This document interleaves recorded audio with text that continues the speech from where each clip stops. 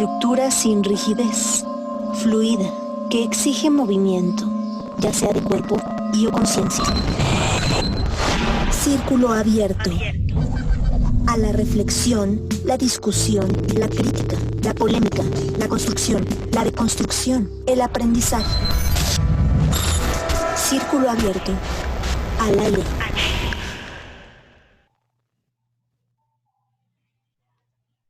Hola, muy buenas tardes. Nos encontramos en una emisión más de Círculo Abierto al Aire. El día de hoy con el tema de la deuda social de la psicología, muy ad hoc a lo que fue el 20 de mayo, que fue el Día del Psicólogo y de la Psicóloga. Y bueno, pues este espacio el día de hoy busca reflexionar y analizar acerca de cuáles son las deudas de la psicología en cuanto a los cuestionamientos sociales, al enfoque de los derechos humanos y también mirar un poco acerca de lo que es el giro de colonia. Y bueno, pues para iniciar me gustaría saber cómo te encuentras, Ceci. Hola, ¿qué tal, Diana? Compañeras, muchas gracias. Buenas tardes. Bien, muy bien, muy emocionada por el tema. Estaba yo muy ansiosa antes de entrar al programa, porque me parece que es un tema importante de hablar, sobre todo, creo, situándolo en este momento en tiempos de la pandemia, ¿no? ¿Cuál ha sido nuestro papel en el tratamiento, incluso a lo mejor hasta o sea, creo que en la parte de la contención sí, pero también incluso a veces como en el énfasis que vamos poniendo en ciertos elementos, ¿no? O que hemos puesto durante la pandemia. Entonces, la verdad es que estoy muy, muy emocionada por el programa del día de hoy. Y bueno, bien, bien en general. Un poquito ya compartíamos cansados quizá de tanto tiempo, pero bien, todo tranquilo. Muchas gracias, Ceci. Sí, precisamente un poco antes de comenzar platicábamos acerca de esta extensión que se va a dar hacia lo que es permanecer nuevamente en casa, pues veremos hasta cuándo dura esto, ¿verdad? Y bueno, tú, Reina, ¿nos podrías comentar cómo te encuentras el día de hoy?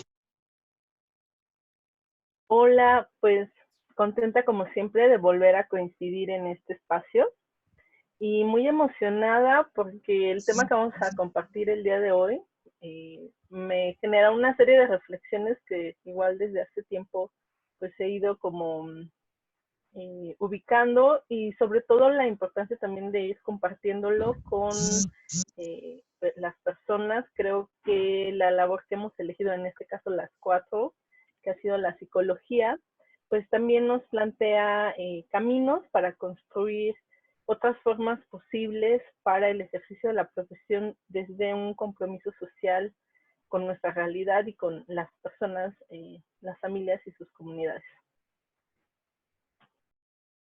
Sí, precisamente mucho de lo que ocurre o lo que visibilizo es que en el activismo, con el círculo con el que nos encontramos, muchas de ellas son compañeras psicólogas y aunque no sean compañeras psicólogas, mismo surge esta interrogante si verdaderamente la psicología se adecua a los contextos en los que nos encontramos, ¿no? Y parte de lo que comenta Rey es lo que precisamente el día de hoy vamos a abordar. Y pues bueno, vamos con nuestra compañera Dani. No sé si nos puedes comentar cómo estás. Hola, pues me encuentro muy bien, muy emocionada. Coincido con Ceci, este programa me tiene muy emocionada. Creo que se presta muchísimas reflexiones. En el contexto de Hidalgo, creo que quienes están sosteniendo actualmente el activismo en cuanto sobre todo a temas de género han sido los psicólogos y las psicólogas, ¿no? Sobre todo las psicólogas. Pero creo que al mismo tiempo la psicología se ha convertido en un arma de doble filo. Por un lado, la psicología se puede convertir en una manera de normalizar violencias, en normalizar status quo que pueden ser muy violentos para nuestra sociedad, sobre todo para nosotras como mujeres, para los niños, las niñas, ¿no? Pero al mismo tiempo se convierte en un arma de crítica, de nuevas formas de ver el mundo y de aceptación de nuevas maneras de repensarnos, de construirnos, de volver a ver nuestra sociedad como con sus nuevas posibilidades, ¿no? Entonces, creo que va a ser un programa muy rico, que se va a prestar a mucha reflexión y pues hay que empezarlo.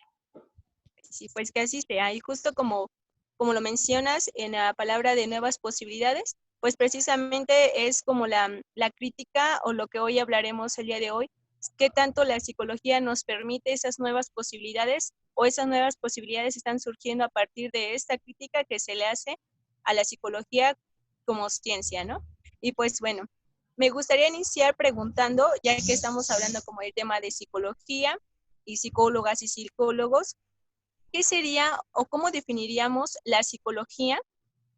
Y también, ¿de dónde surge esta? Para que todas aquellas personas que nos están mirando y no tienen tanto un acercamiento o existen las dudas, ¿cómo podríamos definir entonces qué es la psicología y de dónde surge, Reina?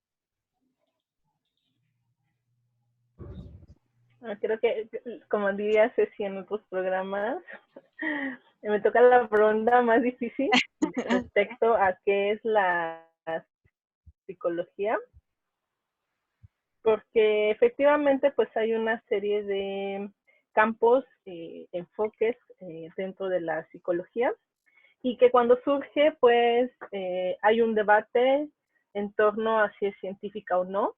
Recordemos que su surgimiento pues está enmarcada justo también en el paradigma positivista de la ciencia, en el cual pues tienes que generar evidencia objetiva, comprobable, medible, cuantificable, para que un campo de conocimiento se pueda considerar ciencia. Y pues no hay que olvidar también que el contexto en el cual se va fortaleciendo la psicología pues es en el contexto de las guerras mundiales. Esto también pues nos va a ir marcando ciertas finalidades de la psicología en cuanto a la atención que llamó en su momento el poder conocer la conducta humana, pero también ciertos efectos que había tenido la guerra, sobre todo en soldados, y poder pues atender esas secuelas de la guerra que en su momento se llamaron pues estrés postraumático y una serie de efectos. Sin embargo, bueno, de ese momento al momento actual ha habido una serie de desarrollos y creo que siempre ha estado en pugna el cuestionamiento respecto a la psicología y si es ciencia o no. Actualmente una serie de recomendaciones a nivel internacional desde un enfoque de derechos humanos pues sí han hecho hincapié en que los enfoques, los métodos, las prácticas desde el campo de la salud mental, y en eso está incluido también las y los psicólogos, pues deben de estar basadas en evidencia científica, es decir, también en evidencia que pueda ser comprobable. Creo que eso es un campo que sigue siendo un objeto de análisis, un objeto de reflexión, pero sobre todo este llamamiento ha sido a que las prácticas estén basadas en evidencia, sobre todo por la señalización de la vulneración de derechos que se ha tenido desde el campo de la salud mental, que es uno de los temas que pues iremos tratando a lo largo de este programa. Como desde organismos internacionales hay una serie de recomendaciones respecto a situaciones de discriminación, situaciones de exclusión, situaciones de vulneración de derechos humanos. Estamos hablando, por ejemplo, de graves violaciones de derechos humanos como tortura, como medicalización forzosa, etcétera. Entonces, ha habido una serie de recomendaciones de organismos internacionales respecto a estos enfoques, a las prácticas, y que en cualquier caso sí debe de estar basado en evidencia, pero sobre todo estos métodos, estos enfoques deben de respetar los derechos humanos. Muchas gracias, Reini. Precisamente algo importante, y le comentaba que nos podía dar este breve recorrido acerca de cómo es que surge la psicología y cómo es que también en un determinado momento esta luchó para que pudiera visibilizarse como una ciencia. Pero aquí me surge también otra pregunta, ¿no? Porque Rey nos comentaba que a través del desarrollo pues fueron cambiando, ¿no? O sea, primero se necesitó demostrar que era una ciencia, posteriormente vienen surgiendo otros tipos de modelos donde tratan de explicar lo que es precisamente la persona, ¿no? Pero bueno, a través de este desarrollo también surge como la parte de por qué sí y por qué no es una ciencia. Hace en otras sesiones comentábamos un poco la interrogante de qué es entonces la ciencia, porque si nos basamos en que la psicología tiene que ser validada como una ciencia, pero entonces tendríamos que preguntarlo, ¿qué es una ciencia? ¿No? Es un poco de la postura delonial que nos explica que mucha de esta ciencia pues es precisamente una ciencia hegemónica. Entonces, no sé, Dani, si nos podrías contar un poco acerca de qué o cuál es la postura de la decolonialidad, por favor. Bueno, afortunadamente la decolonialidad viene a ponernos en cuestión si todos estos conocimientos que, como bien menciona Diana, son hegemónicos, ¿no? Provienen, como diríamos, del otro lado del charco, pues son aplicables, son reales, son válidos y son realistas en nuestra vivencia latinoamericana, en nuestra riqueza que viene desde pueblos imaginarios ancestrales que tuvieron otras cosmovisiones completamente diferentes y que no siempre van a ser aplicables a aquellas palabras que dijo, en el caso de la psicología, un Freud, un Jung, ¿no? Que además venía que venían de estratos sociales altos, hombres, blancos. Se aplica a la realidad de una mujer indígena, ¿no? Que vive en una zona alejada, que tiene otro modus vivendi completamente diferente, otra forma de ver la vida, de entender, ¿no? La sociedad en la que vive. Eso vendría a ser como lo que entendemos por decolonialidad, ¿no? Todas esas cosas son aplicables a nuestra realidad, se valen, se entienden, la vida es la misma, las formas en las que abordamos nuestras problemáticas son iguales. Habría que cuestionarnos todas esas cosas cuando queremos realmente aplicar, sobre todo nosotros cuando hablamos de activismos, ¿no? Hay técnicas que ya que se pueden aplicar con nosotros, nosotras. Yo diría que es bastante cuestionable, ¿no? Y que tendríamos que repensarnos en formas aplicables a nosotros, a nuestra realidad y a nuestro modo de vida. Muchas gracias, Dani. Precisamente lo que comentas es cómo en algún momento determinado se empezaron a hacer experimentos sobre la conducta, sobre la forma en la cual reacciona la persona, pero en contextos totalmente diferentes a los del contexto mexicano, ¿no? A los del contexto de nuestras comunidades, de nuestras realidades, de nuestros procesos educativos. Entonces tendríamos que hacer ese cuestionamiento, ese tipo de técnicas, ese tipo de teorías son para nosotras o simplemente solamente se universalizaron, ¿no? Porque un poco de la crítica que hace la decolonialidad es esta universalidad, donde pareciera que existe una sola realidad y la sola realidad hasta justo ahora la miramos en los tiempos de COVID cuando nos muestran esas imágenes donde quédate en casa porque es un lugar amigable, porque es un lugar donde tienes amplio espacio, donde no vas a tener ansiedades porque no has trabajado. Eso podrá quedarle algún tipo de realidades, pero a las realidades que tenemos acá, donde tenemos altos índices de pobreza, altos índices de rezago educativo, pues entonces estamos hablando de condiciones diferentes donde psicólogos y psicólogos tendríamos que atender de distinta manera. Y en ese sentido me gustaría mucho preguntarle a Ceci, entonces, de acuerdo a lo que hemos platicado, ¿a quién le serviría o para quién serviría esta psicología? Gracias, Diana. Yo creo que justo el asunto con la psicología ha sido muy complicado desde su surgimiento hasta ahora, porque una de las cosas a las cuales les hemos hecho mucho énfasis, y yo creo que en este sentido la pregunta que le haces a Reina es fundamental, ¿no? Cuando preguntamos cuál es la definición de la psicología, yo creo que el problema justo empieza desde ahí, que cada quien pone una definición distinta y eso implica también a qué le damos como importancia, ¿no? Por ejemplo, quienes dicen que la psicología estudia la conducta, ¿no? O que quienes dicen que la psicología estudia el comportamiento, o quienes decimos que la psicología tiene que ver con la construcción subjetiva, etcétera, ¿no?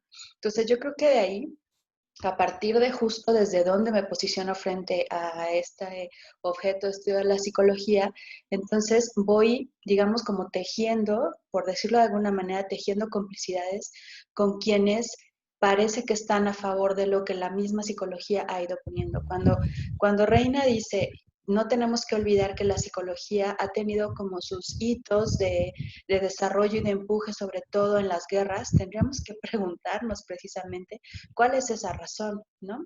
Y entonces yo recuerdo mucho, por ejemplo, ¿no? Cómo en la Segunda Guerra Mundial se da un impulso muy importante para la creación de las pruebas psicométricas, por ejemplo, con un fin en específico. Y entonces, en ese sentido, ¿cuál era el fin en específico? Pues sobre todo elegir aquellos perfiles más favorables que justamente sirvieran a los intereses de las, digamos, como los países poderosos que en ese momento estaban, digamos, como en boga, ¿no? O más bien como en pleito. Y yo creo que ese es uno de los problemas de la psicología, que al querer ser parte, digamos, como de este conjunto de disciplinas que gozan de privilegio, que gozan de reconocimiento, es decir, al querer ser ciencia, ahí se convierte digamos, como en su peor pesadilla, es decir, porque entonces cuando yo quiero convertirme en ciencia y ser considerada como importante, empiezo a generar una serie o más bien a comprar una serie de ideologías para estar, digamos, como al servicio de esos intereses poderosos, ¿no? Y digo, intereses poderosos, me refiero sobre todo a aquellas empresas, aquellas, digamos, como incluso industrias, ¿no? Que se ven favorecidas de lo que va generando la psicología en términos de teorías, en términos de perfiles, en términos de pruebas psicométricas, en ese sentido, ¿no? Y sobre todo que empieza a hacerse una vez más como esta separación entre, o más bien como apropiarse de esta mirada del sujeto moderno que tiene que ver con hay que fortalecer al individuo como individuo, ¿no? Y separarlo de la posibilidad de hacer un colectivo de acción política y de transformación social. Y entonces yo creo que ese es uno de los problemas más importantes de la psicología. La psicología ha servido al interés de los poderosos y de las hegemonías, ¿no?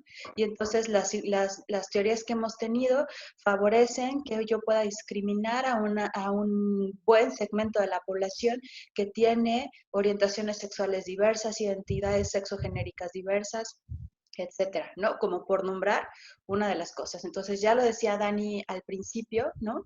La psicología lo que ha hecho se ha digamos, como enfocado en promover la normalidad. Y en este momento, precisamente, incluso como centrándolo en momentos de contingencia, la normalidad es lo peor que podríamos seguir promoviendo desde la psicología. La normalidad es la que nos trajo justo a este momento como tan crítico que estamos teniendo. Y la psicología históricamente eso es lo que ha hecho, normalizar, ¿no? Entonces, de entrada, eso me parece que es como muy importante señalar. Bueno, pues decía, abordas demasiados puntos muy importantes, pero que pues finalmente todos van ligados. ¿Por qué? Porque yo considero que a veces el tema de la salud mental es un tema donde no se le da una visibilización o una importancia necesaria que debería de tener, porque no estamos hablando de cualquier otra cosa, de comprar algo, ¿no? Estamos hablando de que la salud mental es algo que nos representa como personas, es nuestra compañera, es con quien estamos todo el tiempo. Y algo que mencionas acerca de lo que es la normalidad y la hegemonización de esta normalidad, pues precisamente es esto, ¿no? Que entra en la normalidad de los estatutos comportamentales para que eso sea aceptado o no sea aceptado. Entonces, al querer hacer este ejercicio de entrar y corresponder al ser una ciencia, pues precisamente entra en este sentido a tener que ocupar esas necesidades que se vende o que vende este sistema para lo que debe ser y lo que no debe ser. Ya en las sesiones anteriores de transmisión, pues incluso se comentaba cómo las disidencias en un determinado momento pues eran vistas como una patología, ¿no? Que estaba ubicada en el DSM, no sé a cuál correspondía en ese entonces, ¿no? Entonces, como la psicología también tiene un papel muy importante que podría haberse desvalorizado, pero que tiene un papel muy importante. Y pues en ese sentido me encantaría comentarle a Dani, a Dani, ¿cuáles tú crees que serían entonces las observaciones que le darías a esta ciencia, ya como un poco más a profundidad? Ay, voy a sacar el pergamino.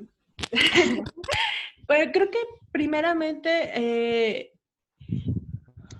mi recomendación inicial sería abrir espacios de crítica a la misma ciencia desde los espacios formativos de las universidades. Creo que ese sería el primero, o sea, aprender a cuestionarnos nuestra propia ciencia desde las etapas más iniciales de nuestra formación como psicólogos y psicólogas. Creo que esto es básico porque digo, no solo sucede en la psicología, sucede en la medicina y en muchas otras ciencias, que pareciera que lo que te enseñan en la universidad es incuestionable, ¿no? Y que al final, a la salida, todo va a ser así de hermoso y perfecto como si fueran recetas de cocina. Entonces, yo creo que lo principal sería incluir más espacios de crítica dentro de las universidades para que esto permita flexibilizar la ciencia en la que estamos formándonos, aprendiendo, que amamos, ¿no? Que queremos.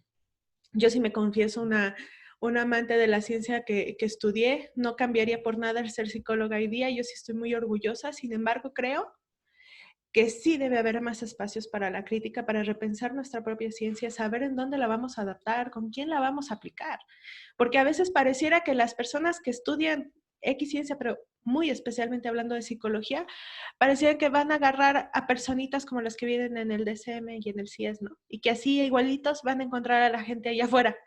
Y entonces cuando tú sales, te encuentras con una realidad completamente diversa y en la que te das cuenta que, oye, pues entonces realmente todos necesitamos el DSM-4, ¿no? Entonces, ¿quién es normal? Nadie es normal. Nadie somos normales. Todos tenemos un montón de cosas por las que hemos atravesado que nos vuelven sujetos completamente individuales, atravesados por un millón de cosas, ¿no? Y entonces te das cuenta y entras en frustración porque nada de lo que aprendiste pareciera ser aplicable a la realidad en la que vives, ¿no? Pero si a lo mejor tuviéramos más espacios de crítica, analizáramos un poquito más la situación en la que vivimos, la ciencia que estamos estudiando, pues nos podría dar mayor apertura a decir, oye, sí está chido lo que estoy estudiando, pero no es una receta de cocina, ¿no? Más que no sería, como lo comentas, una receta de cocina, pues en efecto, porque no somos como robots, ¿no? O sea, cada persona es diversa. Y me gusta mucho la palabra que retomas acerca de la crítica, ¿no? De interrogarnos, de cuestionarnos qué es lo que nos están diciendo, porque además uno de los elementos importantes de lo que debería hacer la ciencia es que no es algo estático, es algo que va cambiando porque la historia, tal y como lo comentan, la historia va cambiando, la historia tendría que irse transformando, ¿no? Y en ese proceso de transformación, pues también es como ya se había comentado, como surgen estas posturas críticas, las de coloniales, incluso las desde el enfoque de la psicología popular, la psicología comunitaria, donde hacen esos interrogantes y donde dicen, oye, pues están estudiando realidades que no son de aquí, hay que estudiar nuestras propias realidades. Y yo creo que de esas realidades que tú comentas, Dani, pues sí, nos dan ciertos datos, cierta información, cierta receta, como lo dices, Dani. Cuando sales, pues es totalmente distinto. ¿Por qué? Porque además tú también eres una persona terapeuta, y creo que hasta eso sería otro tema acerca como del estereotipo que se tiene sobre las personas terapeutas, donde somos toda paz y amor y no tenemos ningún problema, pero pues no es así, ¿no? O sea, todo el tiempo estamos interaccionando con las demás personas y entonces en ese sentido pues es importante visibilizar una vez más esta diversidad, porque al vernos diversos podemos ver que la persona que viene a la terapia pues es diversa y no la vamos a estar categorizando, ¿no?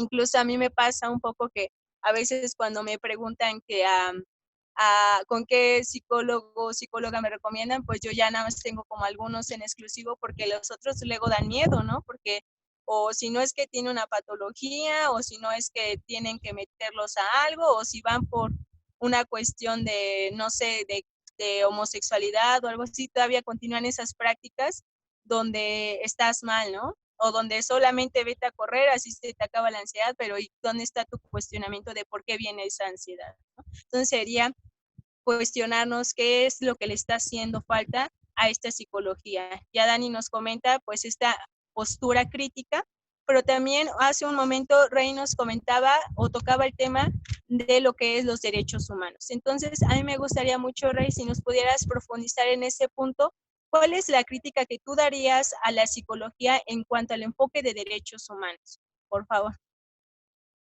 Hola, gracias. Pues bastante necesario, y voy a retomar lo que comentaba tanto Ceci como Dani, y también tú, Diana, respecto a el bienestar de las personas. Las personas, para poder tener un bienestar, pues desde luego tiene que ver en mucho lo que pasa a nuestro alrededor. Nuestra salud mental está profundamente relacionada con el contexto social, político, histórico, cultural, y de lo que nos pasa también como mexicanos, latinoamericanos, en la diversidad también de formas de expresarnos culturalmente. Y esto no es cosa menor, porque justo la salud mental también tendría mucho que ver con el tema de desigualdad social y la falta de acceso al ejercicio de derechos. Es decir, las personas, al menos en México, gran parte de la población vivimos en entornos inseguros. Es decir, hay una gran carga mental de poder salir a la calle con el temor de que algo te pueda pasar. Es una carga mental importante que vivimos mayormente las mujeres, a diferencia de los hombres. Por ejemplo, también las jornadas de trabajo de más de 12 horas, que además implican sueldos que no son no cubren ni siquiera el salario mínimo. El salario mínimo pues implica lo más básico para la sobrevivencia. Además, no hay espacios de esparcimiento, no hay tiempo de esparcimiento, porque las personas a qué hora pueden hacerlo cuando trabajan 12 horas, se mueven, por ejemplo, en el caso de ciudades, tardan a veces hasta 2 horas, 1 hora en trasladarse a sus empleos. Y todo esto, pues, igual va afectando la salud mental de las personas. Y voy nombrando todo esto porque tiene que ver con violaciones estructurales de derechos humanos. Que a veces no tejemos desde el campo de la psicología una relación estrecha con los efectos que va teniendo para las personas, para las familias, para las sociedades, estas condiciones. Y entonces, si no miramos esto, pues se puede tender a patologizar las desigualdades y dar la responsabilidad individual a más bien una responsabilidad que es estatal, el de garantizar el acceso para el ejercicio de estos derechos al trabajo, el derecho a la vivienda, el derecho a la alimentación, el derecho a vivir libres de violencia. Si el Estado no garantiza esto, desde luego que es una responsabilidad estatal, pero los efectos los estamos viviendo la población, sí, la población en su conjunto, y quienes a veces no siempre están pidiendo ayuda, pues es la población, pero además llegan a procesos con toda una carga individual, ¿no? Y además con una culpa individual que no les permite ver que más bien son condiciones sociales, políticas, culturales, históricas, que están cargando sobre sus hombros y que no están viendo esa relación directa con el Estado. Eso nombrándolo desde la vivencia de las personas. Por ejemplo, en algunos procesos terapéuticos de pronto llegan jóvenes que una de sus principales situaciones por las que llegan es se sienten frustrados, se sienten, cuestionan mucho su capacidad profesional o su capacidad individual respecto a conseguir empleo, ¿no? Y no miran que vivimos en un país donde pues el empleo es una de las graves problemáticas y deudas que el Estado tiene para las juventudes. No tiene que ver con capacidades o falta de habilidades, sino con oportunidades de empleo que a veces no se generan políticas públicas para que eso pueda existir.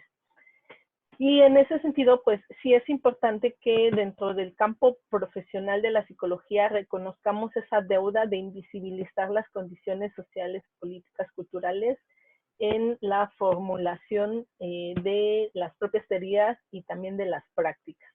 Por otro lado, otro punto que me gustaría indicar es que esto no lo estamos también diciendo solamente porque sea una percepción individual de manera profesional, sino ha habido una serie de documentos y de recomendaciones de organismos internacionales respecto, por ejemplo, a las graves violaciones de derechos humanos que se pueden realizar desde el ejercicio profesional del campo de la salud mental, y eso incluye a los psicólogos, incluye a los médicos, también a personal de psiquiatría.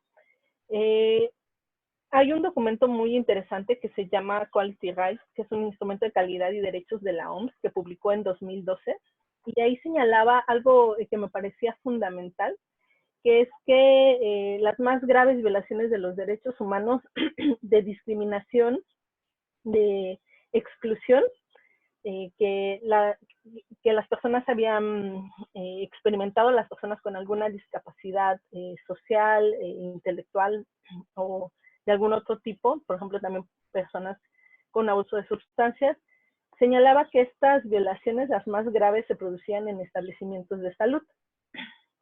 Y si retomamos esto, pues nos damos cuenta que hay una importante brecha de formación desde enfoques de derechos humanos aplicados al campo profesional de la salud mental, incluidos las y los psicólogos. Y esto lo retomo también con lo que decía Dani. En las formaciones dentro de las carreras en psicología es muy poco común que dentro de la malla curricular haya algún enfoque de derechos humanos. En mi generación, que estoy hablando de Hidalgo específicamente, pues vimos teorías de género, y eso era porque tenía un enfoque social la carrera, pero fuera de eso, o sea, nada. Y creo que esto es muy grave porque este documento nos señala justamente que las mayores violaciones de derechos humanos ocurren en los establecimientos de salud. Entonces, ¿qué está pasando con los profesionales que en teoría hemos sido capacitados para el ejercicio profesional y legal de nuestra profesión? Pues está pasando que ha habido una omisión grave en la formación. Y también estoy hablando del 2012, o sea, apenas hay un reconocimiento. En el 2012 llevamos siglos de atraso respecto a este campo también en el ejercicio profesional. Y un poco más reciente, en el 2017, o sea, hace 4 años, una primera resolución de la ONU, que fue la de salud mental y derechos humanos, donde reconoce efectivamente estas cuestiones de discriminación, de estigma, de prejuicios, violencia, abuso, de exclusión social, segregación, entre otras prácticas, por ejemplo, medicalización forzosa, en algunos casos el internamiento forzoso de personas que no desean ser internadas. Esta resolución, algo fundamental, dentro de muchos puntos que yo invito a poder consultarla, es que no se da de la nada, sino viene de un movimiento amplio de familiares y de pacientes sobrevivientes de la psiquiatría, así se nombran, y que pugnan por el ejercicio de sus derechos humanos. ¿Cuál? Uno de los principales, pues tiene que ver con el de participar de manera significativa en todos los asuntos que afecten su salud y en los asuntos que tengan que ver con toma de decisiones. Y esto es un cambio también importante de enfoque, porque dentro del campo de la salud mental y también de la psicología se ha visto a las personas a veces como sin capacidad de reflexionar o de decidir sobre sí mismos o sobre sí mismas, y más bien como alguien a quien hay que cuidar. Y esto pues desde luego vulnera de manera grave su derecho a participar. Y las personas incluidas con algún diagnóstico de discapacidad social e intelectual tienen pleno derecho a participar también de las políticas públicas y de las legislaciones que tienen que ver con su condición. Y pues esto es un movimiento que en el caso de México ha sido empujado también por otros colectivos, por ejemplo el colectivo que se llama Sin Colectivo, que agrupa también a pacientes, a familiares de personas que han recibido algún tipo de servicio en el ámbito de la salud mental. Y bueno, me gustaría dejarla aquí un poquito, pero sí hay una serie de puntualizaciones muy importantes que como profesionales de la salud y psicólogos y psicólogas debemos conocer y debemos retomar, y debemos también de empujar por una transformación en este sentido.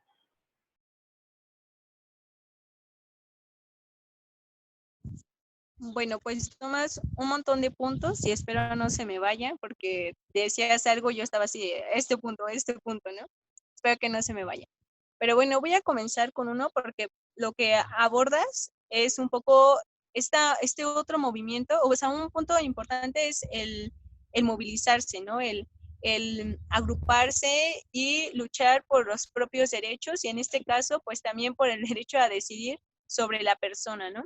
Incluso a mí me ha tocado ver que cuando voy para rumbo a México están esos típicos anuncios donde dicen esquizofrenia, llama al.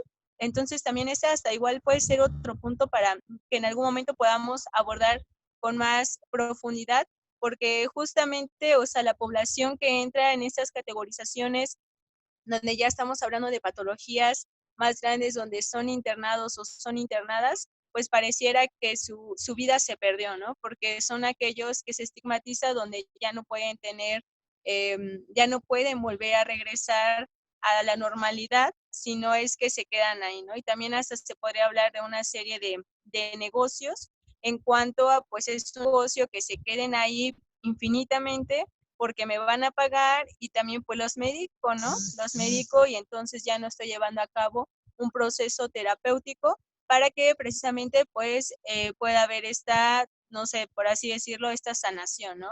Esta reintegración o trabajar con esa patología o esa enfermedad o como lo tengan diagnosticado o diagnosticada a la persona. Y bueno, sí lo pienso ahora y espero que ahorita lo podamos como profundizar en el sentido de que pues el enfoque de derechos humanos tendría que ser una perspectiva que esté transversalizada para todas las áreas, ¿no? Para todas las disciplinas, para todas las profesiones, porque es un ejercicio que tendría que ser garante para que tengamos una vida digna o por lo menos visibilizar que como personas tenemos derechos, tenemos justicias, tenemos derecho a decidir y es algo que muchas veces se omite o ni siquiera se es considerado porque tal y como lo menciona Reina, creo que yo también de lo que recuerde, en lo que fue de la universidad, pues no tuve como un acercamiento a decir, bueno, la importancia del enfoque de los derechos humanos y la psicología. Sí llega a tomar un poco el que decía Rey sobre la perspectiva de género, pero pues tampoco se le mete esa importancia que debería de tener a profundidad y esa crítica de por qué es necesario que sea incluido, ¿no?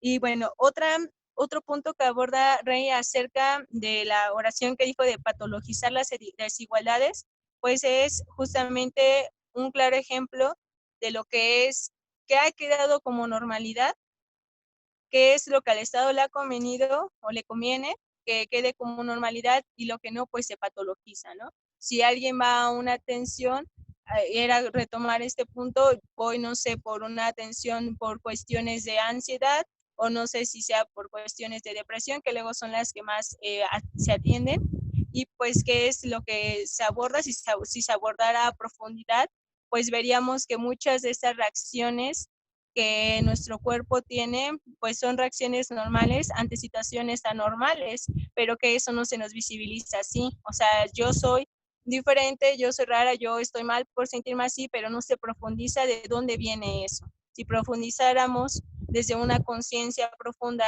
todas las personas, de dónde viene eso, pues aquí radicaría la importancia de la lucha, ¿no? La importancia de visibilizar los campos. Y ahora otro punto importante que toma Reina es que precisamente los datos que se comentan aquí, pues no es como nada más de que los estemos hablando por hablar, ¿no? Se tiene como, bueno, ya Rey nos dio datos muy precisos de las recomendaciones que se dan bajo el enfoque de derechos humanos y de la psicología, pero también muchas de las reflexiones que tocamos aquí vienen de la experiencia que tenemos acerca, por ejemplo, del trabajo de grupos o del activismo, donde miramos cuáles son las necesidades que no está alcanzando la psicología. Y bueno, en ese punto, Ceci, hace un momento ya platicabas un poco acerca de cómo ha sido o cómo es este proceso de la lucha y bueno, no sé si pudieras como profundizar, ¿cuál sería entonces cuál es la importancia que ha tenido las movilizaciones, los movimientos sociales, el activismo o las resistencias para con esta psicología que en un momento pues se ha visto muy hegemónica o se ha visto hegemónica? Yo creo que es una pregunta bien difícil y súper interesante, Diana, porque de entrada creo que uno de los problemas precisamente de la psicología ha sido como querer desafanarse justo de todo lo que va pasando en el contexto social en el que finalmente nos desenvolvemos. O sea, este énfasis en fortalecer, entre comillas, las herramientas y las habilidades, capacidades que tienen las personas sin tomar en cuenta justo el contexto y las estructuras sociales, me parece que es uno de los graves problemas que tiene justo nuestra disciplina. Y entonces en ese sentido lo que hacemos o lo que ha hecho la psicología es vertir a estas como teorías y herramientas desde lo individual a tratar de explicar un movimiento social. Y creo que lo que hace es contribuir a la despolitización justamente de estos movimientos. Yo les escuchaba y pensaba, bueno, pensaba esto desde antes de entrar al programa, pero al escucharlas me reafirma, ¿no? Yo evidentemente pertenezco a una generación más atrás que la de ustedes, o sea, yo todavía me tocó estudiar la licenciatura a finales de los 90, principios de los 2000, o sea, ya estamos hablando de años, ¿no? Y algo que me queda muy claro es que el énfasis que se hacía en mi formación de la psicología, uno tenía un carácter sobre todo colonialista, es decir, ya lo decía Dani hace ratito, ¿no? O sea, básicamente nuestros nortes, así literal, pues eran las investigaciones hechas en Estados Unidos, si acaso en Europa, pero en Europa en países que de habla inglesa o si acaso francesa, si acaso, ¿no? Y quizá alemana, ¿no? Pero española y América Latina, ¿qué es eso, no? O sea, como en esta parte de una idea y finalmente no era como solamente una imaginación, sino que en América Latina nos dedicamos, pareciera solo a reproducir lo que se hacía en Estados Unidos y en Europa, ¿no? Y en ese sentido, una ausencia muy grande de un enfoque, como ya lo decía Reina de manera muy clara, al respecto de los derechos humanos y, bueno, el feminismo, etcétera, se daba como en espacios muy reducidos que no eran necesariamente abiertos. O sea, como ustedes, por ejemplo, mi currículum, que sé que ya cambió, ¿no? Eso también me queda claro. El currículum de la UNAM en la Facultad de Psicología en ese momento no tenía una materia obligatoria, por ejemplo, que nos hablara de estos temas. O sea, si te interesaba, tenías que buscarlo y los espacios no estaban en ese momento como tan accesibles. O también, eso es muy importante, justo yo crezco con esta idea de que eso es lo que tendría que hacer la psicología, ¿no? O sea, como que ir buscando ese norte, aun cuando durante mucho tiempo yo me cuestionaba si, o sea, estaba padre el asunto de la psicología, pero a lo mejor, no sé, yo creo que tendría que haber estudiado sociología o historia porque me hacía falta algo, ¿no? Algo que precisamente me hablara de qué es lo que soporta a la persona, o sea, la persona no está flotando en la cotidianidad, sino que tiene un soporte histórico, social muy importante, y eso en toda mi carrera e incluso en los estudios de posgrado después no existía. O sea, todo esto que les estoy comentando me llega a mí justo ya en mi labor docente. Y ahí eso es cuando yo me empiezo a cuestionar precisamente desde dónde ha estado la formación tradicionalmente de la psicología en mi propia vida, pero en México en particular. Ustedes saben, yo soy docente de otra escuela universitaria también, ¿no? Y del Instituto Politécnico Nacional, y que sigo, o sea, 20 años después sigue haciéndose este énfasis a lo tecnocrático, a lo individual, y cero como relación con qué es lo que va pasando a nivel político en México y en el mundo. Y en ese sentido yo escuchaba lo que iba diciendo Reina y a colación de tu pregunta, Diana, yo pensaba, por ejemplo, ¿no? En cómo la psicología y los profesionales de la psicología y las profesionales de la psicología nos hemos visto también envueltas en situaciones de violencia y discriminación en relación a lo sexual, por ejemplo, ¿no? O sea, esto que dice Reina al respecto de cómo estos espacios se vuelven espacios de ejercicio de poder, ¿no? Ha sido también porque la psicología es vista como una disciplina del saber y eso nos lleva a situarnos en un lugar de poder, Y entonces, desde ese lugar de poder, yo puedo abusar de él. Y entonces, algo que nosotras, y digo nosotras porque yo trabajo en colectivo con otras de mis compañeras, y de repente lo que nos damos cuenta es, y lo señalamos de una manera sumamente puntual, es no solamente existe el hostigamiento sexual como en todas las universidades, en el caso de los profesores de psicología, eso es abuso, y es abuso de poder, ¿no? O sea, no solamente es hostigamiento, como lo grave que es, sino que además es abuso porque es desde la psicología, desde la docencia, el ejercicio del poder.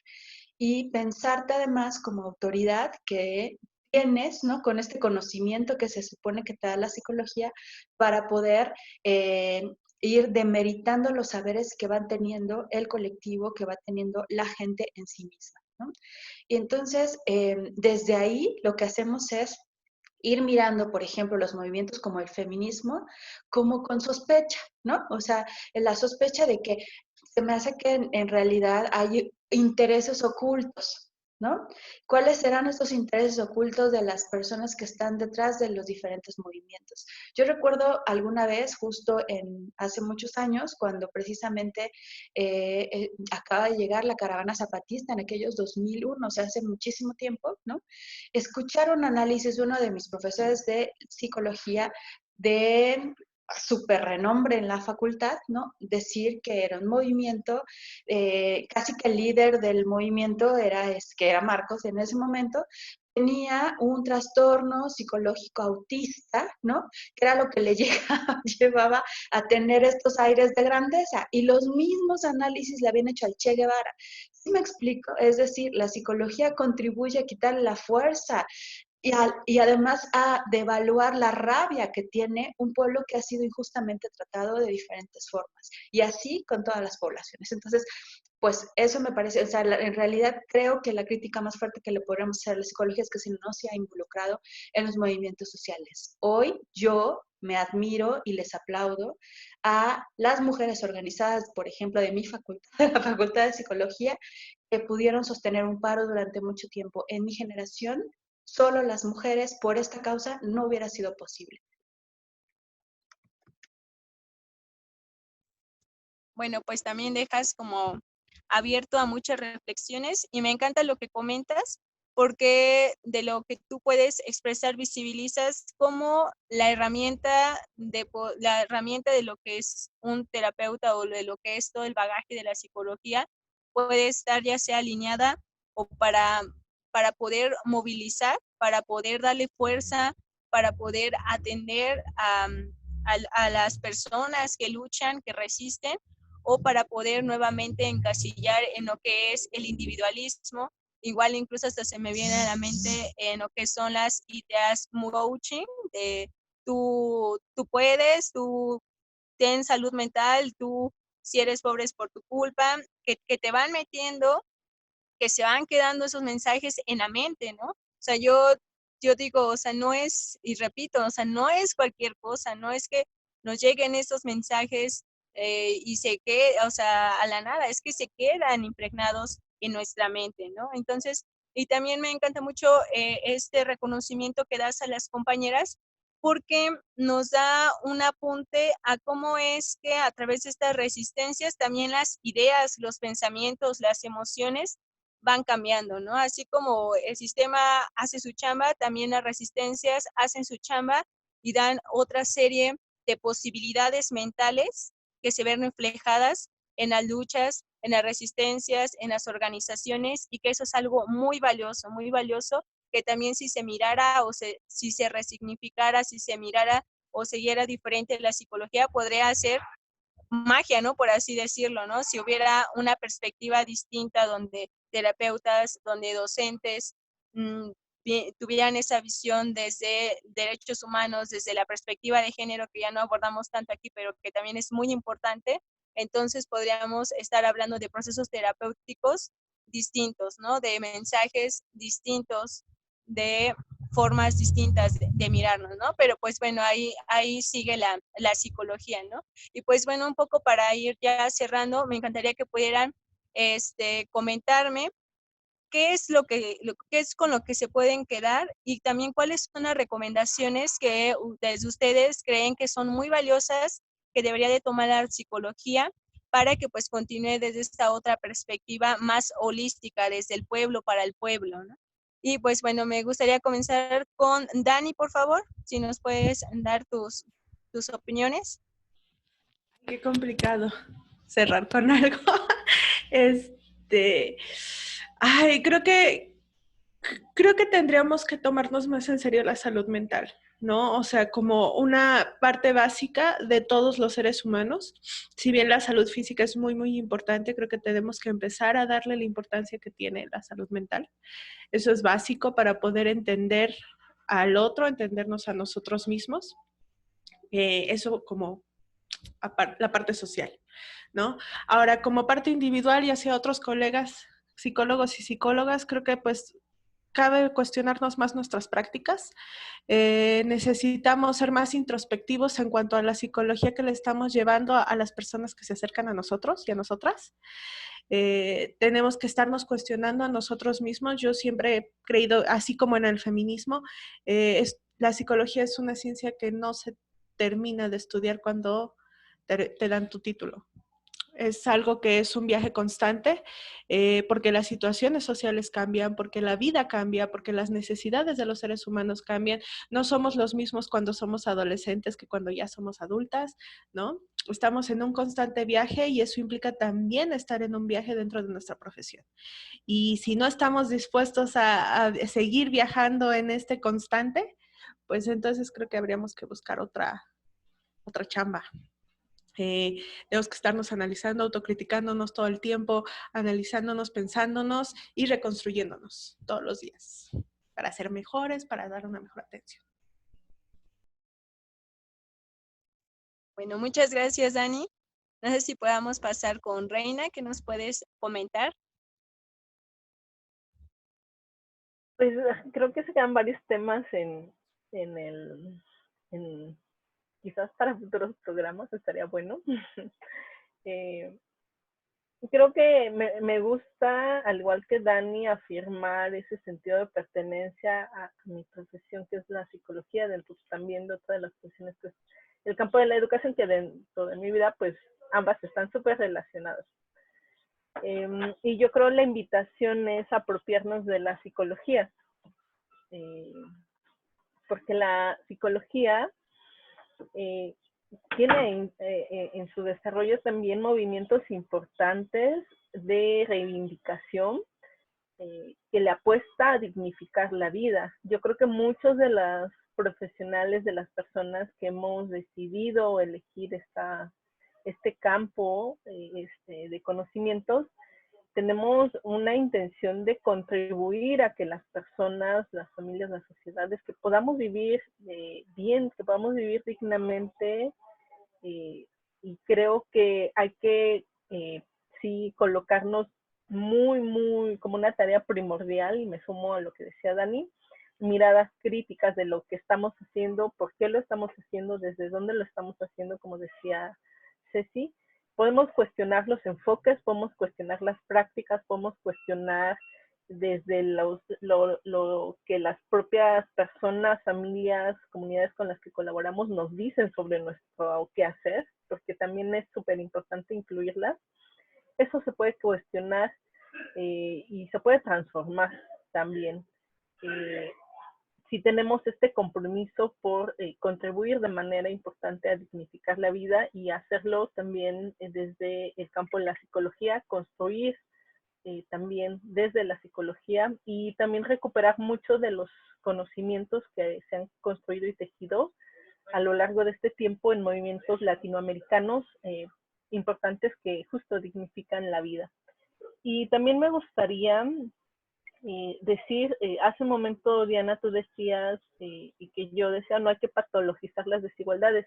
También yo le agregaría, no hay que patologizar las resistencias y las luchas y los movimientos que vamos encauzando, justo que nos resistimos a pensar la vida viviendo con estrés, con depresión, con consumo de sustancias, con violencia. No hay que normalizar esa vida y hay que organizarnos, que esa sería mi tercera y última reflexión. hay que tejer esta mirada colectiva desde el campo de la salud mental. Por eso a mí me da mucho gusto siempre coincidir también con ustedes, porque creo que en la colectividad, desde las propias profesiones, y ahí incluyo no solo la psicología, sino la colectividad creo que tiene un valor muy importante para el cambio, la unión y también dignificar nuestra labor.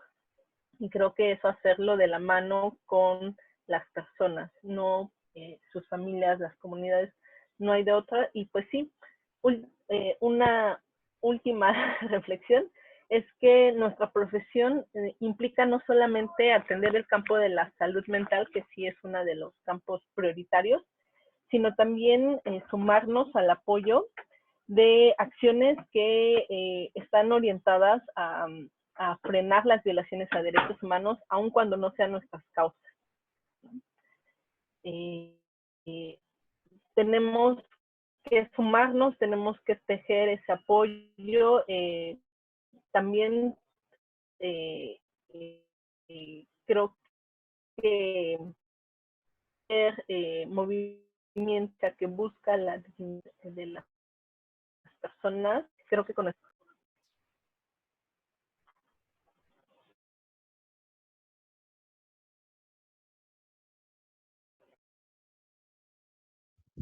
Creo que se detuvo, ¿verdad?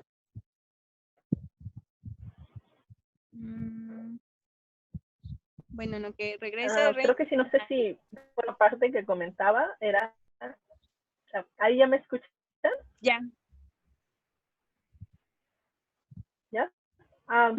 Bueno, lo último que comentaba es que debemos de sumarnos también a cualquier lucha, movimiento que busque dignificar la vida, y aunque a veces no veamos tan estrecha la relación, derechos laborales, derechos por la educación, derecho a vivir libre de violencia, derechos a ejercer la sexualidad, todos estos movimientos también aportan significativamente a la salud mental de las personas, y desde el campo de la psicología podemos sumarnos a su reconocimiento, pero también a poder difundir y apoyar estos movimientos. Bueno, muchas gracias, Rey. Me gusta mucho lo que incluyes sobre no patologizar, pues, quienes están en la resistencia, en las luchas, en las movilizaciones. Incluso ya me imagino lo que han de decir cuando andamos en las marchas, ¿no? Así como de locas histéricas. Pero bueno, así solamente se continúa estigmatizando y no visibilizando el por qué se está luchando o visibilizando, ¿no? Claro ejemplo, hay sus hashtags de Dani, que también son parte de la resistencia y de la organización, no de la histeria, son parte de la organización acerca de la indignación por lo que está sucediendo, ¿no? Entonces, bueno, vamos con Ceci para ir cerrando. Sí, muchas gracias. Pues yo creo que varias reflexiones muy de acuerdo a lo que ya comentó Dani, ya comentó Reina también, y lo que has ido tú señalando a lo largo del programa, Diana, ¿no? O sea, yo de repente lo utilizo como un poco en tono como de humor con mis estudiantes, pero casi que todo el mundo contestamos cuando nos preguntan por qué quisiste estudiar psicología, la mayoría de nosotros contestamos para ayudar a las personas, ¿no? Y entonces, lo que me va generando a lo largo de estos años es, ¿y qué nos pasó entonces? O sea, porque de repente ya no es tanto por ayudar a las personas, sino quizá también por cumplir con ciertos parámetros que la psicología como ciencia nos ha dicho que tendría que ser. Y algunas personas, como bien lo dice Reina, afortunadamente existen para cuestionar este tipo de paradigmas y nos van también sembrando estas raíces como profundas en la hegemonía, y nos están diciendo, en serio, para eso estudiaste, o sea, porque las personas ni siquiera están en tu radar. Yo creo que todavía esa sigue siendo la razón por la cual yo estudié psicología. Muchas veces me dedico a renegar de ella, incluso frente a mis estudiantes psicólogas y psicólogos, que es muy paradójico, pero creo que tiene que ver precisamente con la invitación que les hacemos constantemente y que de aquí estoy escuchando de cuestionar, ¿no? Y yo creo que eso es algo que me dio la psicología precisamente, ¿no? O sea, esta posibilidad de observarme continuamente, de cuestionarme continuamente, de saber que es cierto, o sea, las conductas, los comportamientos que voy teniendo sí tienen un contexto, sí tienen una historia, y yo creo que eso me lo ha dado la psicología. Y en ese sentido, esa es la invitación que yo hago, ¿no? A las y los psicólogos, a las personas que ejercemos esta profesión. Hay que cuestionar nuestras raíces, porque en estas raíces, las raíces están fuertemente ancladas, pues evidentemente a un machismo, a un clasismo, a un racismo que tenemos tatuado, ¿no? Y que a veces se invisibiliza en nuestro ejercicio, en nuestro ámbito profesional, independientemente de cuál sea este, ¿no?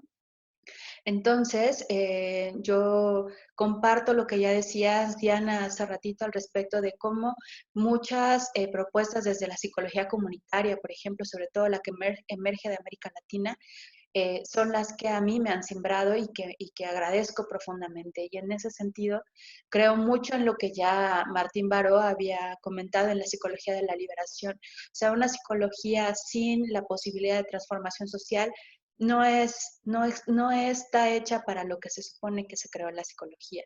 Y entonces, yo invitaría a esa parte, ¿no? Pensemos en ejercer la psicología para poder promover una transformación de las realidades hacia la justicia social y hacia la dignidad de las personas. Y también, y eso siempre lo agradezco al escucharlas y escuchar a Reina en específico, nombrar el ejercicio de la colectividad como un camino en donde realmente podemos dignificar nuestra profesión.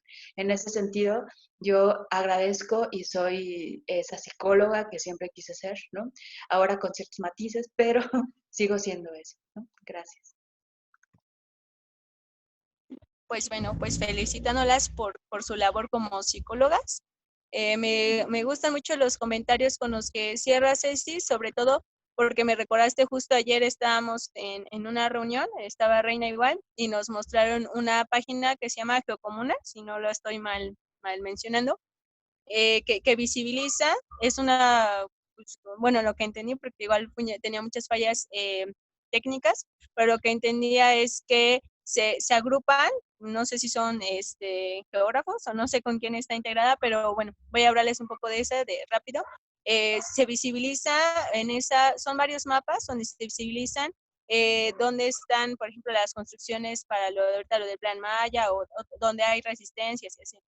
Entonces, a lo que voy es a lo que comentaba Ceci acerca de la organización de lo que propone la psicología comunitaria, porque pues es mirarnos, mirar nuestra realidad, mirar nuestro entorno y desde ahí pues poder transformarlo, ¿no? Solamente para ir cerrando y agradecerles como la emisión del día de hoy, les cerraría comentando que cuando yo hice mis prácticas de campo, en City Club, que estuve en el área de recursos humanos, una de las reglas básicas era no contratar abogadas o abogados, porque tenían la lógica de que iban a ser aquellas personas que iban a poder reclamar acerca de sus derechos laborales, ¿no?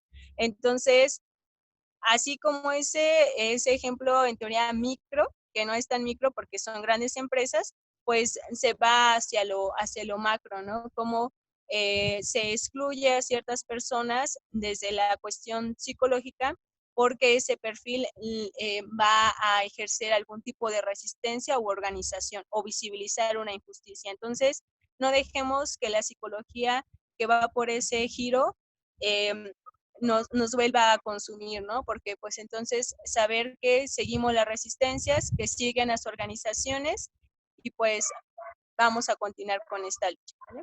Bueno, pues muchísimas gracias. Les esperamos en la siguiente emisión, la siguiente semana, esperando que pues tengan un gran día y bueno, hasta la próxima.